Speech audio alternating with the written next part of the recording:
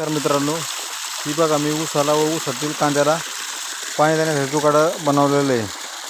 हे जुगाडाचा फायदा बघण्यासाठी माझा व्हिडिओ संपूर्ण बघा। व्हिडिओला लाईक करा, चॅनलला सबस्क्राईब करा, कमेंट करा, व्हिडिओ आवडला तर कमेंट करा। हे बघा मी ऊसाला व ऊसातल्या कांद्याला पाणी देण्यासाठी हा जुगाड बनवलेला आहे। हे कोकणी पाणी द्यायला चालले। ह्याचा फायदा मला असा झाला आहे की मी आता बघा हे भिजवलेलं आहे।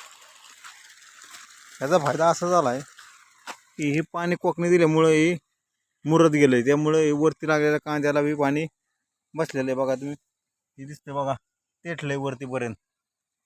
याचा फायदा असा होतो की वरपर्यंत तेठते। जर हे आपण पाटपाण्याने दिलं असतं तर हे वरती तेठलं नसतं व वरती लावलेला कांदा हा मुरून गेला असता।